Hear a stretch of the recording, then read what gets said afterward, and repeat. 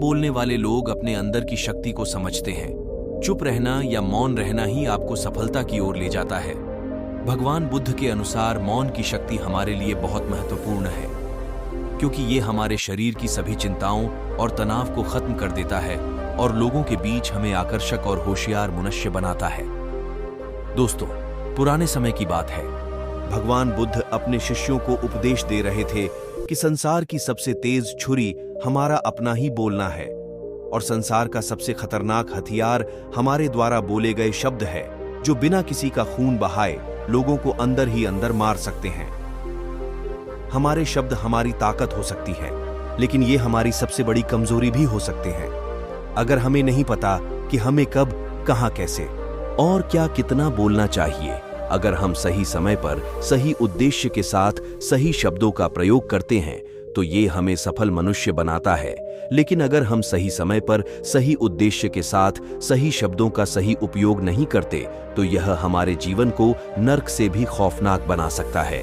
तो दोस्तों, आज की कहानी के माध्यम से आपको बताएंगे कि चुप रहकर हम लोग अपना व्यवहार को अच्छा कैसे बना सकते हैं। तो चलिए शुरू करते हैं। बौद्ध धर्म के संस्थापक भगवान बुद्ध ध्यान करते थे और अपना अधिक समय मौन धारण करके ही निकलते हैं। उनसे मिलने के लिए एक दिन राजकुमार उनके पास आया और बोला, हे भगवान, मैं हमेशा निराश और थका हुआ महसूस करता हूं। मेरा मन बहुत अशांत रहता है, हालांकि मेरे पास सब कुछ है, दौलत, शोहरत, सुख सुविधाएं हैं, लेकिन फिर भी मेरे अंदर चिंताएं और अशांति क्यों है? भगवान बुद्ध ने राजकुमार की बात बहुत ही ध्यानपूर्वक सुनी और कुछ देर सोचने के बाद कहा, तुम अपने प्रश्न का उत्तर जानते हो, बस तुमने कभी भी प्रश्न को हल करने की कोशिश नहीं की है। भगवान बुद्ध ने आगे कहा कि मैं रिसर्च करना चाहता हूं, क्या तुम मेरा साथ उसमें दोगे? रिसर्च के बाद तुम्हारी चिंताएं और अशांति नहीं रहेगी। ये बातें सुनकर राजकुमार बहुत ही हैरान था। उसने भगवान बुद्ध से कहा, बताइए मुझे क्या करना होगा? अपने मन की शांति के लिए मैं कुछ करने के लिए तैयार हूं।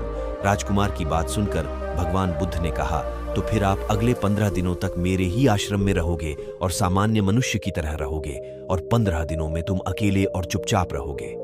देखते देखते ही 10 दिन बीत गए और राजकुमार के मन की सारी बेचैनी, सारा तनाव, सारी उथल पुथल, सब चिंताएं और अशांति सब ठीक हो गया।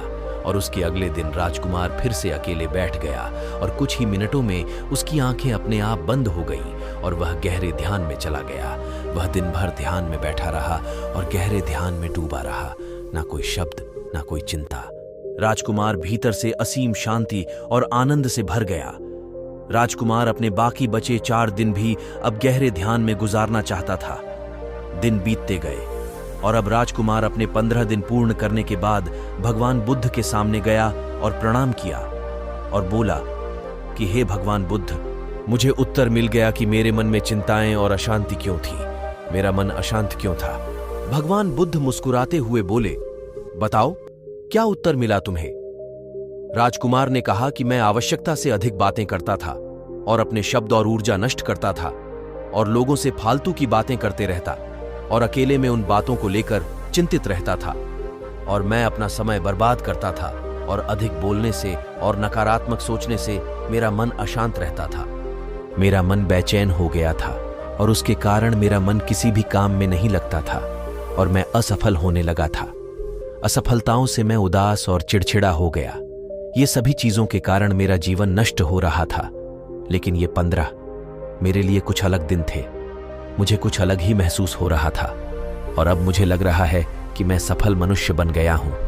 लेकिन पहले मैं असफल था और मैंने सीखा कि हमें सिर्फ ध्यान करने से हमारा मन शांत रहता है और ध्यान अपने आप होता है।